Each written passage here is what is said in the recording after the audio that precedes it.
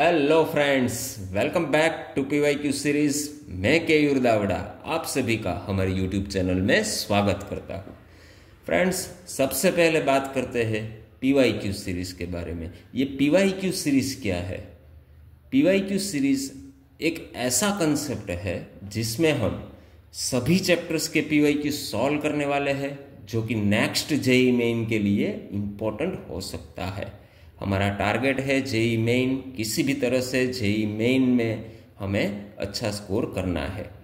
ये PYQ series में हमने वेक्टर अलजेब्रा का चैप्टर ऑलरेडी ख़त्म कर लिया है और 3D जियोमेट्री में 12 के क्वेश्चन हम सॉल्व कर चुके हैं और आज एक और क्वेश्चन हम सॉल्व करने जा रहे हैं।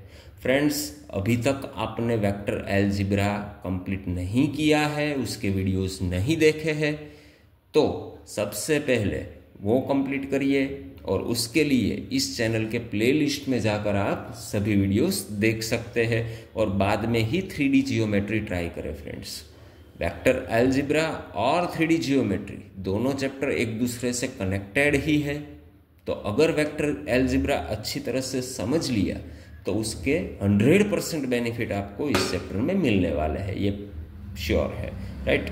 सो लेट अस स्टार्ट आज का क्वेश्चन नंबर 13, जो कि जेईई मेन का एक बहुत ही सिंपल और बहुत ही प्यारा सा सवाल है। फ्रेंड्स, ऐसे क्वेश्चंस अगर हमें मिल गए हमारी शिफ्ट में तो पक्का हम इसको छोड़ने वाले नहीं है। इसके 4 मार्क्स हम पक्का करके ही रहेंगे, राइट।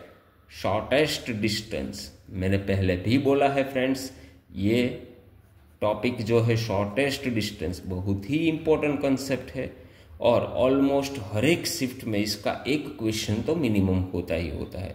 तो अगर आपने ये कंसेप्ट क्लियर कर लिया तो आपका 4 मार्क्स पक्का हो जाएगा, right. So let us start आज का question. Find the shortest distance between 2 lines. बहुत ही सिंपल क्वेश्चन है फ्रेंड्स। ये 2 लाइन की इक्वेशन हमें गिवन है और हमें निकालना है शॉर्टेस्ट डिस्टेंस। तो हम पहले भी समझ चुके हैं फ्रेंड्स, शॉर्टेस्ट डिस्टेंस फाइंड करने के लिए सबसे पहले हमें ये लाइंस को आइडेंटिफाई करनी होगी, ये पैरेलल लाइंस है या स्क्यू लाइंस है। तो लाइंस आइडेंटिफाई करने के लिए हम दोनों लाइंस की डायरेक्शन पहले निकालेंगे और इससे भी पहले फ्रेंड्स, ये जो लाइन के इक्वेशन हमें गिवन है वो स्टैंडर्ड फॉर्म में होने चाहिए। सबसे इंपॉर्टेंट बात, ये दोनों ही इक्वेशन स्टैंडर्ड फॉर्म में होने चाहिए, वरना आपका आंसर गलत आ जाएगा, राइट। तो हम देख सकते हैं फ्रेंड्स, ये दोनों ही इक्वेशन स्टैंडर्ड फॉर्म में ही गिवन है, तो इसमें कोई चेंजेस करने की रिक्वायरमेंट नहीं है। तो हम निकालते हैं direction of line 1 vector b1। तो पहली लाइन की डायरेक्शन हमें गिवन है 1, -2 और +2, राइट। और दूसरी लाइन की डायरेक्शन वेक्टर b2, ये हमें गिवन है 1, 2, 0। तो ये डायरेक्शन से ही हमें पता चल जाएगा फ्रेंड्स कि ये पैरेलल लाइंस तो नहीं है। अगर ये पैरेलल लाइंस होती तो दोनों लाइंस की डायरेक्शन या तो सेम होती या तो ऑपोजिट होती, या फिर उसका जो डायरेक्शन रेशियो है वो रेशियो क्या होता है, प्रोपोर्शनल होता है, रेशियो सेम होता है, राइट। तो ये दोनों लाइन पैरेलल लाइंस तो है ही नहीं, ये दोनों लाइंस क्या है, स्क्यू लाइंस है। ये दोनों लाइंस स्क्यू लाइंस है। तो शॉर्टेस्ट डिस्टेंस के लिए हमें डिस्टेंस बिटवीन स्क्यू लाइंस की फॉर्मूला का यूज करना होगा। तो सबसे पहले फ्रेंड्स यहाँ पर हम फॉर्मूला लिख लेते हैं, shortest distance between skew lines. इसकी फॉर्मूला क्या होती है friends, a2 - a1 dot b1 cross b2 divide by magnitude of b1 cross b2 और ये पूरे का भी मोड। ये आगे मोड क्यों आता है फ्रेंड्स, क्योंकि हम जानते हैं डिस्टेंस कभी नेगेटिव नहीं हो सकती, इसलिए ये पूरे का मोड हमने लिया है, राइट। तो ये फॉर्मूला तो फ्रेंड्स आपको पता ही होनी चाहिए पहले। अब b1 और b2 ये हमने निकाल लिया है। अब a1 और a2 निकाल लेते हैं।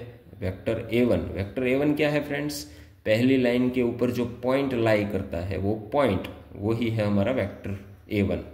तो ये पॉइंट क्या है, x माइनस -2 यानी कि यहाँ से हमें मिलेगा -2, 0 और 5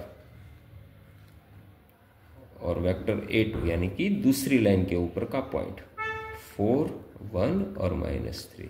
फ्रेंड्स यहाँ से भी आप समझ सकते हो कि अगर ये इक्वेशन स्टैंडर्ड फॉर्म में नहीं होते तो हमारा ये पॉइंट ही गलत आ जाता, राइट।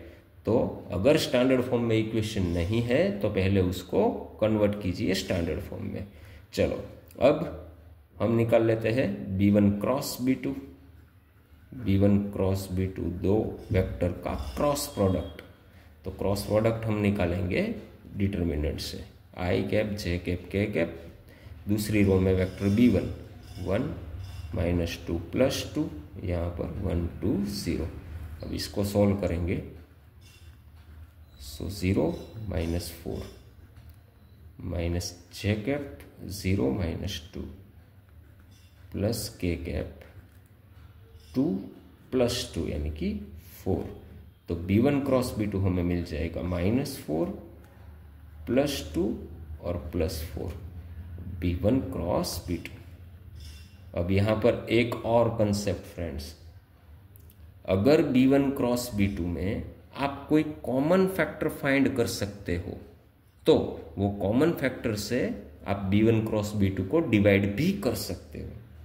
एक बार फिर से फ्रेंड्स, अगर b1 क्रॉस b2 में हम कोई कॉमन फैक्टर फाइंड कर सकते हैं तो वो कॉमन फैक्टर से हम b1 क्रॉस b2 को डिवाइड भी कर सकते हैं। इससे हमारे आंसर में कोई डिफरेंस नहीं आएगा फ्रेंड्स, मगर हमारी कैलकुलेशन इजी हो जाएगी। तो यहाँ पर हम कॉमन फैक्टर देख सकते हैं 2, तो 2 से हम पूरे को डिवाइड कर देते हैं, तो -2 1 और 2, राइट। चलो अब a2 a1 निकाल लेते हैं। अब यहाँ पर भी एक और कंसेप्ट फ्रेंड्स, अगर हम a2 a1 करें या a1 a2 करें कोई मैटर नहीं करता, क्योंकि अल्टीमेटली आगे तो मोड ही है। तो a1 a2 या a2 a1 दोनों एक ही आंसर देंगे, राइट। तो a2 a1 4 -2 यानी कि 6, 1 -0 -3 -5 -8। ये a2 a1 मिल गया, b1 क्रॉस b2 मिल गया। अब दोनों का डॉट प्रोडक्ट हम ले लेते हैं, डायरेक्टली फॉर्मूला में ही हम सब्सटीट्यूट कर देते हैं। तो डिस्टेंस हमारा मिल जाएगा a2 a1 6 1 -8 डॉट -2 1 2 और डिवाइड में magnitude of b1 cross b2, इसका मैग्नीट्यूड हमें मिल जाएगा 4 + 1 + 2 का स्क्वायर 4, और ये डिस्टेंस हमें फाइंड करनी है। तो पहले हम इसका डॉट प्रोडक्ट निकाल लेते हैं, -12 + 1 -16 divide by square root of 9 यानी कि 3, और आगे भी एक मोड है। तो यहाँ से कैलकुलेट करेंगे फ्रेंड्स, तो हमें मिलेगा -16 -12 -28 + 1 -27 का मोड यानी कि +27 और डिवाइड बाई 3, तो हमारा आंसर मिलेगा 9। ये हमारा फाइनल आंसर है, जो कि हमारा ऑप्शन डी है। फ्रेंड्स, अगर वीडियो अच्छा लगे, आपको कुछ बेनिफिट मिल रहा है, तो प्लीज़ चैनल को सब्सक्राइब करें, वीडियो को लाइक करें। Thank you.